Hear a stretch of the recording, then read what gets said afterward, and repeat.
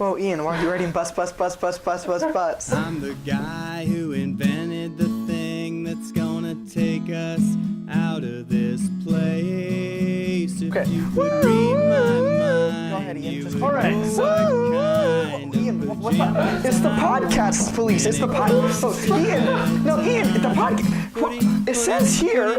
Footy pajamas. Footy pajamas. Footy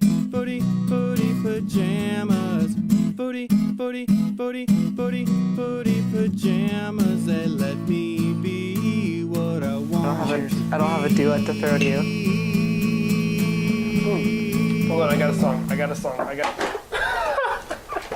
Is this the real life? Or is it just fantasy? Whoa! I actually got it! You finished Oh my one. word!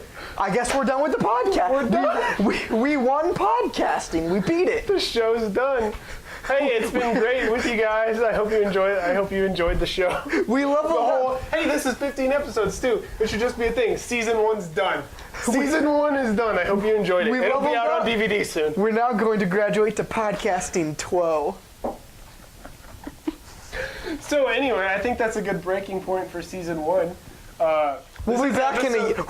We put so much time and effort and really polished it down to a fine science. We'll be back in half a year for season 2. What is the show and who are we? This is Let Me Pitch This To You, episode 15, with your co-host Marcus, myself, and your host Ian. I'm the attractive one. Yep. Also, we'd just like to say we got our first gift from the show from Jeremy Valenti. Is this kind of payment? Or do we do like trading? Like, are we gonna count this? Are we gonna say like he paid us? He paid us in Spider-Man mug. So he's a friend of ours, though. So he wanted to give us something to contribute to the show. He gave us a Spider-Man mug, which I'm currently using. We'll hopefully get Marcus one here pretty soon. I have a Spider-Man mug that I'll have then to we should bring it. Yeah. Okay. Ian, what's the show about? This is the Idea Podcast, where we pitch ideas that we have, or ideas sent in to you, which you can send in. It's just letmepitchthistoyou@gmail.com. Yeah. Let's jump into Matt's majestic mind. Yep. What Matt has to say. I like what you did with my idea. Notice he said his idea. He's got to take credit where credit's due.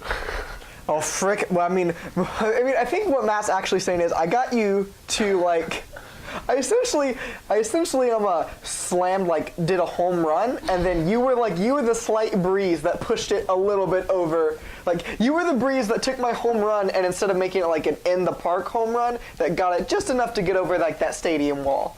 Yeah. To be fair, I would just like to say I think that Matt's idea that was on the last show was the best idea that's been pitched. Maybe. I'm gonna say second maybe best. second to Blake. Yeah, Blake's idea was wicked good. Anyway, so as Matt's saying, I came up with the core concepts back in high school, and I never spent much time with the logic of the situation. Now, I just want to say, Matt just graduated last year. So this idea really isn't that old.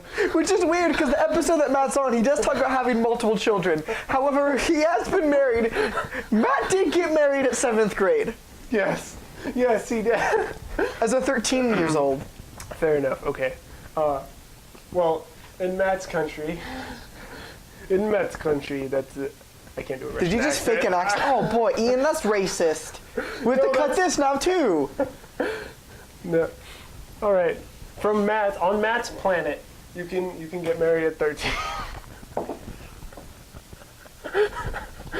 Okay. No, that's a bullcrap lie. I like this deep fiction we're building around our friend Matt. Yeah. It was always mostly intended as a way to move between a few ridiculous action set pieces, like the chainsaw versus vampire on the ceiling sword fight. Which was wicked cool, actually. That was wicked tight. It was cool. It's all probably a symptom of watching too much Highlander as a kid. Hey, Ian, you want to know a secret about Highlander? What? Never seen it. Neither have I, so that's okay. I don't feel that bad about it. I'll try to avoid sending in such long pitches. Marcus seemed to be having a rough time because he's ADD, dyslexic, and just all around stupid. Also,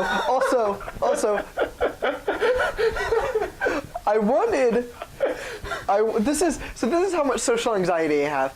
My friend Ian is here, and I had too much social anxiety to say, Ian, can you please edit out a little bit of time where I read through the pitch once or twice to make sure I don't stumble over too many words, and I had too much social anxiety to ask my friend Ian to do like maybe a minute worth of editing so I could read through the pitch twice to make sure I didn't sound like a bumbling doofus. But oh well. That's fair. Actually, Matt said because you have a sore throat, so. I mean, either way. But I know, but like you can kind of get his sarcasm and what he's trying to say. Well, like. if you read between the lines, he did just say that freaking get Marcus a Dunsat for next time. Yeah. The best part of the alternate reality, let's make a deal premise, is going to be coming up with ridiculous other realities. Although I'm betting there's already a Japanese game show with the same premise. Aww. Japanese game shows are weird. I meant to look up some Japanese game shows. I apologize, I did not. You guys should also look up the YouTube video, Japanese People Are Weird, and it's a song that might actually get like a little blue, so like don't watch it with kids or anything, but it's pretty funny. Alright. It's a guy who he comes up with a chord progression. I'll make sure I don't watch it with my kids. He has a friend of his throw pictures. Essentially, he has a friend of his like throw pictures into like a PowerPoint, and then they hit slideshow, so it just cycles through them, and he comes up with a chord progression beforehand, and he sings what he sees on the pictures, but he doesn't see them beforehand, so he makes all of it up. It's very funny. Okay. We'll watch it at the end of the show. Well, me and you will watch it after the show's over. I'll show it to you. No, we're just going to watch it and have the camera here of us just watching the show, but you can't see it. Yeah, we'll also like mute it because it's too blue for our show. Fair enough. Shoot, there was something more I was going to say. Darn it, I don't remember. Okay, well that's Matt's Majestic Mind. Do you have anything you'd like to say? No, I think we should just jump into. All right, you jump in first because Ian, I really need you to go first. Actually, dude, no, Ian, I have a great bit. Go first. Mine's literally a sentence. Okay, start your sentence. I have a great bit. Okay. Actually, I'm gonna go like first with my pitch. Sure. I really just wanted to cut you off the fake siren noises. So. Okay, go. All right, Ian. I want you to picture like like kind of monster films, also like disaster films, much like the Godzilla franchise and stuff. Mm-hmm. I want you to think of like a very gritty, very sort of Final Fantasy feeling-esque, where there's like some guns and some very ridiculousness, but also like swords and close-range combat, kind of like a very anime-esque feel, if you will. Mm-hmm. It's going to be live action though. It is going to be based off of a franchise that has delivered on such things as simply electricity mice, okay, to 18 different birds that essentially do the same thing, to dragons, to a monster that created the world, and monsters that have dominion over time and space. And of course, in case you haven't figured it out, I am talking about pocket monsters. Okay. What I'm pitching to you is we do a gritty reboot, because this is 2017, right? Yeah. I kid you not, I forget the year sometimes. 2017. Ian, no, we're not putting me on blast right now. We're listening to me talk. All right. Shut up. Go. We do like a gritty reboot of like a world at war, but they're like you constantly have to be like scared of like a Charizard's gonna come eat me. But then like the smaller ones like Pikachus and Pidgeots and Quilavas. So is this in the Pokemon universe? Yeah. Okay, this is in the Pokemon universe. Yeah, but I want it to be like live action movie, very gritty, and about a war, to where like we are using some Pokemon to help us fight our war, to where we have like electricity, like what are you looking up? I have my glasses off. Oh no, keep going. I'm just looking up live action Pokemon movie because I'm just curious if that's ever been done I doubt before. it's happened. Yeah, that's why I was looking up. I'm just curious. So we have like Pikachus and like Pidgeotos and like I don't know. I'm blanking on a lot of like Piplups and Pachirisus and stuff, and like they're kind of like a small Pokemon that we can actually like control, or Hounders even, Growlithe. But bigger Pokemon like Groudon, like the legendary Pokemon Groudon, or like Charizards, those are dragons, like we can't deal with that. So we we kind of set the stage of like 2 warring factions, and like I want you to kind of flesh this out of like what's going on. So like we set the stage of like 2 warring factions. So like they're at war. There's guns and like swords and like the whole thing, but they also have like some animals. Like hey, we have like a guy who has like a 6 shotgun and like this really cool sword, and he rides around on a Ponyta. Have you played Pokemon, Ian? A little bit. Yeah, I've known what most of them are, except I don't know what a Ponyta is. Ponyta? He's like a fire horse, essentially. Okay. I mean, I figured it was some kind of horse because you said a guy rides around on it, so yeah, that makes sense. And like it's like that kind of thing, but also while they're fighting, they also have to like worry about like Palkia and Dialga like coming through their battlefield and ripping a hole in time and space. So like they're fighting, but also the whole time they're in constant fear of like these god level Pokemon just wrecking shop through their whole world. And I don't know why the conflict would start. I don't know like anything like that. I wanted to flush that out with you because people like it when we're more collaborative. So like would the conflict be, would there be a definite good side and evil side, or would it be kind of more like an every man fend for himself, like a, what am I trying to say? What's the word? Mercenary type of thing. Or not even that, but like each person with their Pokemon is against every other person. No. Or There's would there definite sides. There's okay. 2 sides, 2 factions. Now, is each side fighting for like domination, or is one fighting for like freedom or for like a cause? Here, or I'll tell you what, and this is going to be hard to do. Both of them have valid points. okay. So like let's say this war started because there was essentially like 2 factions that were arguing, debating one day. And things got out of hand, and the leaders who are arguing, their soldiers or the people in their factions got rambunctious one day and kind of started fighting, and it turned into kind of a bloodbath thing, and both sides have both valid points that if they would kind of just stop arguing with each other or stop fighting each other and start battling with ideas and things, they could come to a realistic and useful compromise because both of them have valid points. So are these valid points? Are these like over like I don't know. Like, what am I trying to, like, is this like a Civil War type of thing? Like, you know, like the American Civil War, there was, you know, it was like there was a split, you know, and then over a moral issue, and the 2 fought, or like or like the Revolutionary War or whatever, you know, in this country and multiple other countries where it's like there's like one side wanting this and one side wanting this, and they're fighting over what each. Like, I see, like, okay, so like the Civil War it's not necessarily over. Was largely not fought over racism and more fought over like states' rights. Yeah, so like the idea of racism being wrong, yes, but also like states' rights are a thing that should exist. Yes, think of it more like that. To where like, so, yeah, like so there's both like sides have, we want this good thing and we want this good thing, but also these bad things can happen and these bad things can happen. Okay.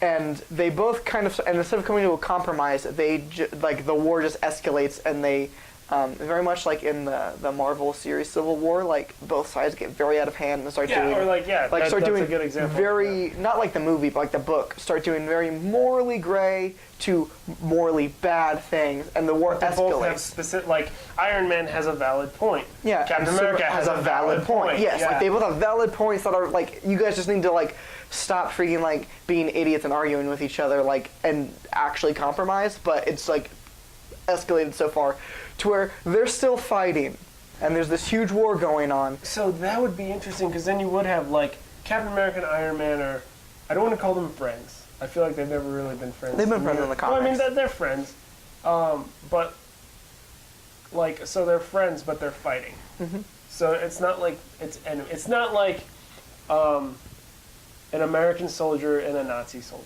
They're very much enemies, though. But okay, but as far as like, you know, Captain America and Iron Man are friends, but they're fighting. Yeah, and when it starts very much like that. Okay. And then escalates into win at all costs, no matter what.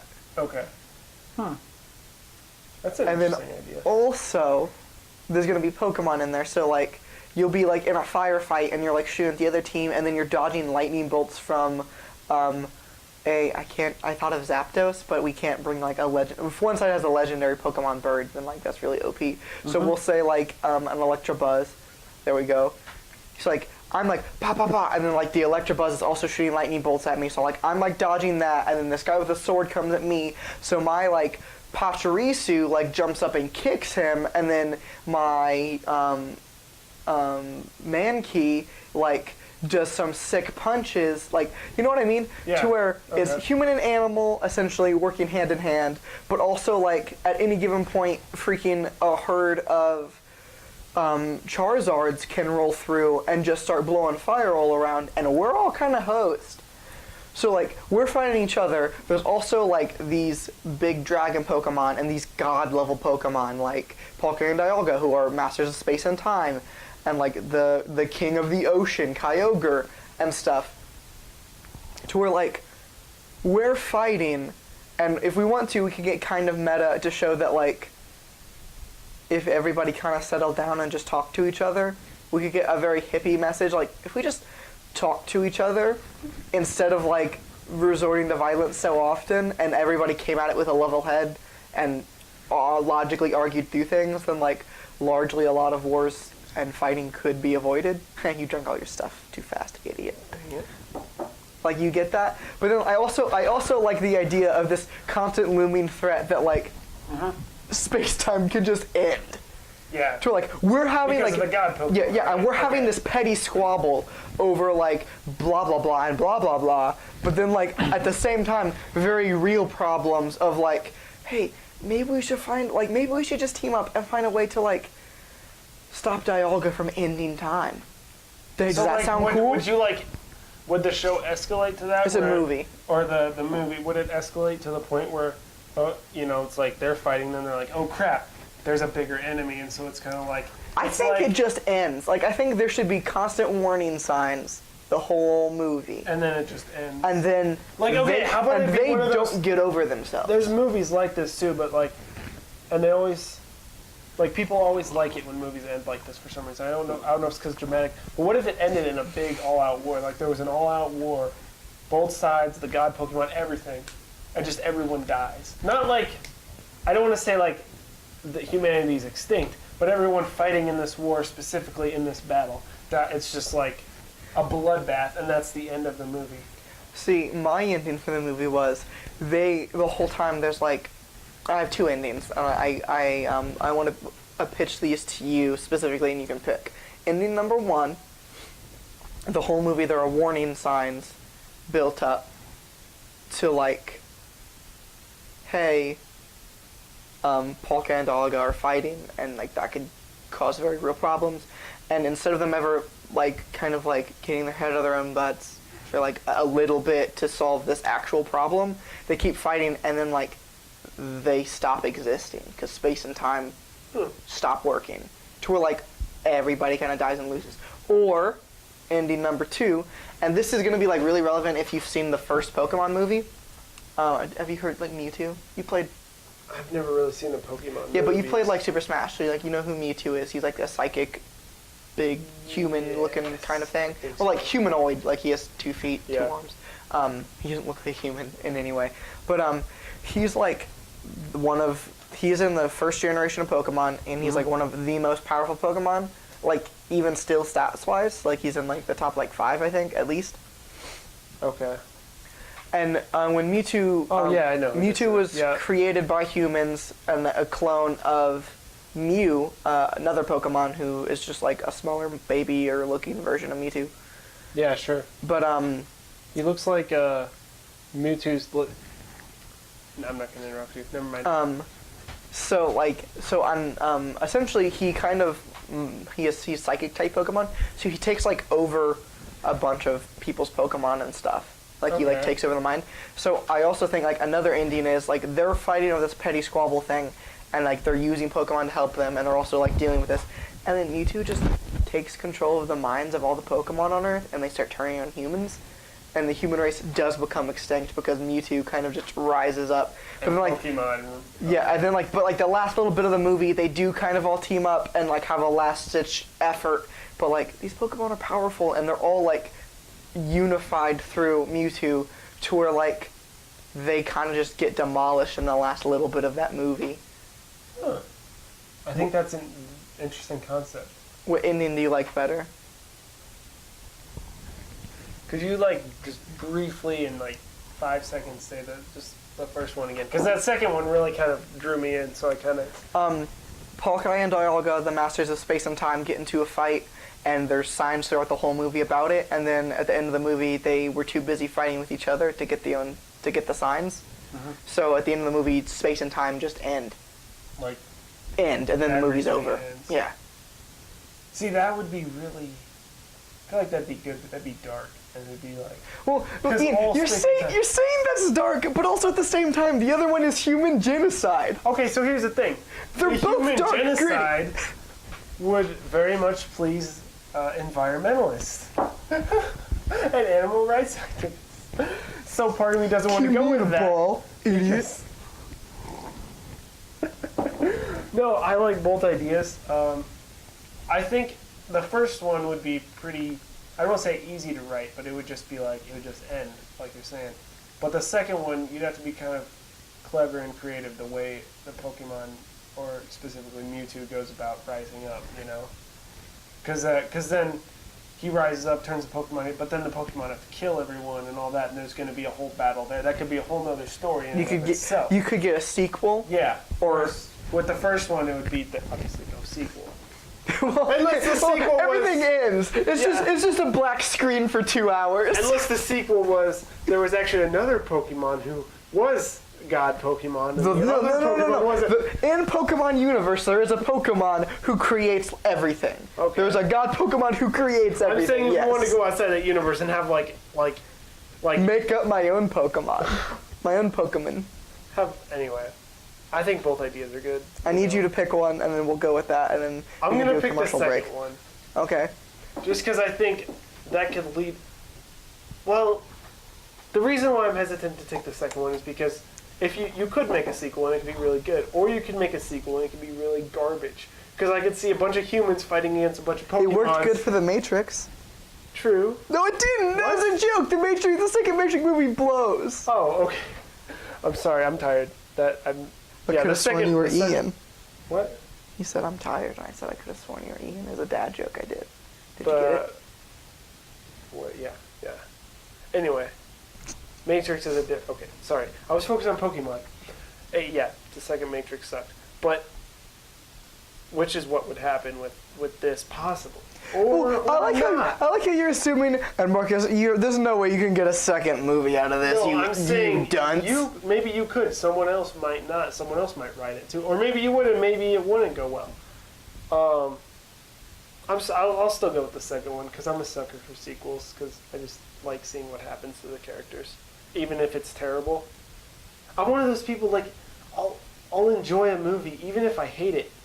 The first time I watch it, I won't hate it. Because I'll just enjoy it for what it is. And then the second time I watch it, then I'll be picky. So No. I'd be okay with that. I can shut off my brain and enjoy a movie, but literally as soon as that movie's over, I'll be like, hey, that was garbage. Yeah. That was trash. Yep. For instance, The Amazing Spider-Man 2. You ready to go to commercial break? You want to call that the end of the first pitch? Yeah. I guess we got a commercial break. All right. For the commercial break, I don't have anything good. Hey, everybody is starving all around the world. But this is capitalism in America, so screw them and give me any in your money. I really don't dislike, I don't want to say hate because there's some that are okay, but there's a lot of music videos that are literally just the band playing, and then it's like, here's the singer's face, and then it doesn't really, you get what I'm saying? Like, I guess if you just want to watch a live performance, but it doesn't really tell the story of the song. You could do that video for literally any song. But I really like music videos that like literally tell a story. Maybe show the band playing a little bit here and there, but like there's a legit story arc of the video, and like you've seen music videos like that, right? Mm-hmm. So my thought was, what if you did that with a whole album? Like, you know, if you took a concept album. Do you mean literally what Fall Out Boy did with Save Rock and Roll?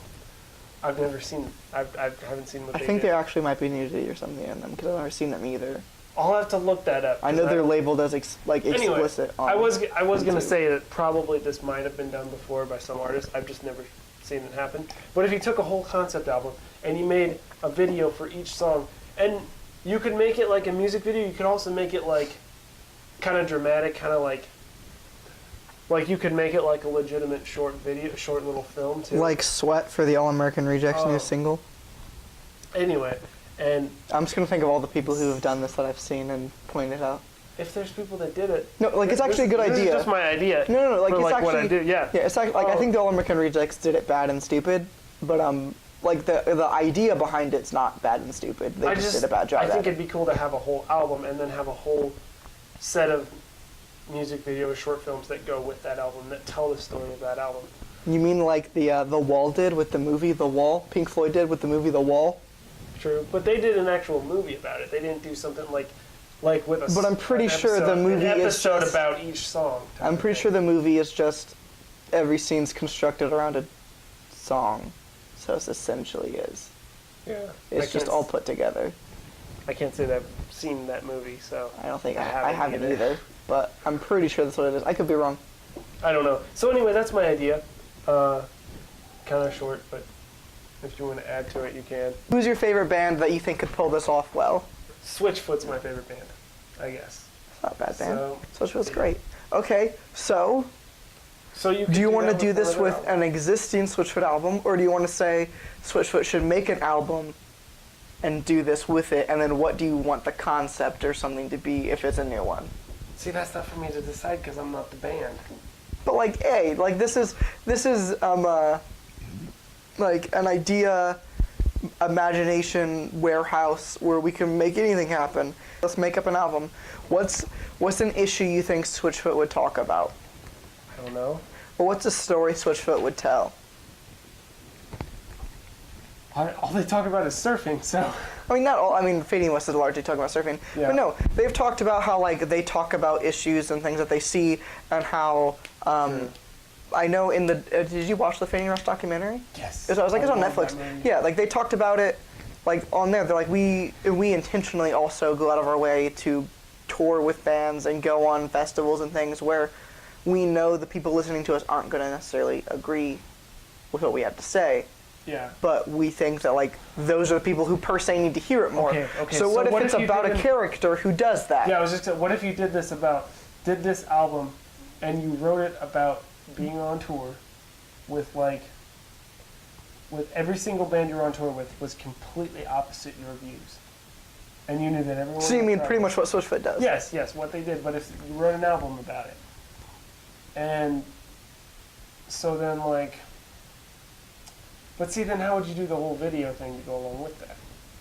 Or you can do lots of like live things playing, but you can also do like lots of behind the scenes of like idea arguing, and you can do like I'm assuming if we want to have like a positive, hopeful message, like they sing about hope and like, hey, be cool for like a second, and like life's not out to get you all the time, and blah blah blah blah, whatever you want it to be about. And then the opposing bands aren't like that, but we can show that like through being great at performing, through caring and being passionate and singing with emotion and playing with emotion, they shift to where these concerts and venues and festival, whatever they're playing at, the fans aren't really that into it. The crowd isn't that into it. Yeah. But as it goes on, they start to think and get more and more into the positive, good band. So do we want to do this like a music festival? So it's kind of the same people. Well, not going like into it because of the same bands, like the same tour for sure. Band, yeah. And then, like, do you want to do it like a festival where it'll be kind of the same crowd every episode, so to speak? I mean, like festivals. Or every song or whatever that it can tour. Like Warped Tour is a festival technically, but yeah. But I mean, like, is it going to be places. A different crowd each song? Yeah. Each song is going to have like a different crowd, and just kind of the progression of each song and each crowd. Yeah, and like people get into it more, and they get in arguments, and they have to let's say like the first two songs nobody really gets it, so like they have like an argument. We can show this with the video, like with like the guy be like, hey, we're probably gonna kick you off, because like people think your music sucks and they don't give a crap. But then like they come back like with a vengeance and they're like, no, like what we have to say is important. People need to listen and stuff. Mm-hmm. That's all I got. Yeah, I dig that. Well, see, that's why I opened it up to you though, because I didn't have anything really more to say. So. Again, I talked over half the episode. What's up? No, my idea was short, so that's fine. But yeah, I could get behind that as far as what you threw out for it. I think it'd be a cool idea. But anyway, I also kind of just wanted to pitch a music idea because I haven't yet, and like, I'm a musician. So I guess that's both of our ideas. Also, Ian promises to have a haircut before next episode.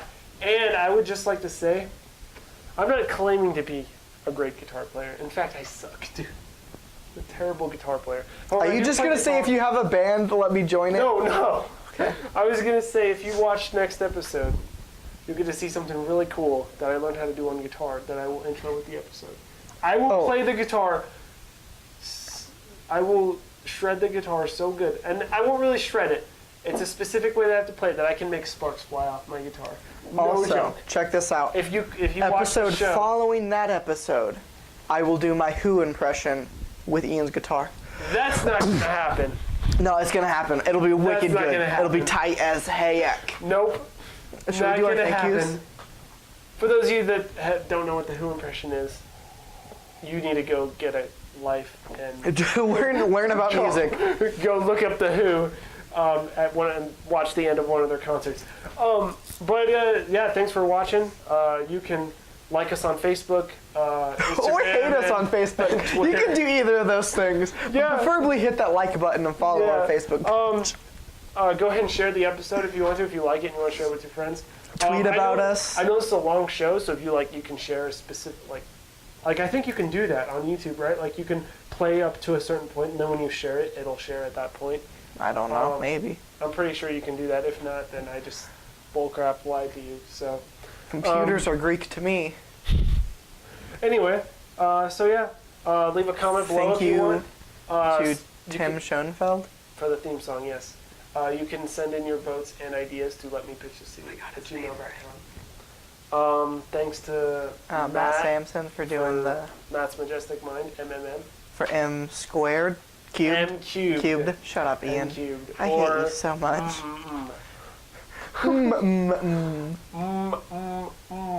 Wait, both at the same time. Ready? One. Oh, sorry. Wait, quick, is it on go or is it on 3? On 3. 1, 2, 3. Crushed it. That's the show. All right, 1. Okay. 2, 3. Did you get it? Okay. All right, cut it. That's a wrap. We nailed it. Got it in 1. When others are trapped in their beds, that's when I am free. Thanks to Mike is an Ian with another great stunt. Booty pajamas. Booty pajamas. I ran outside to see. It's not 2003. They let me be what I need to be.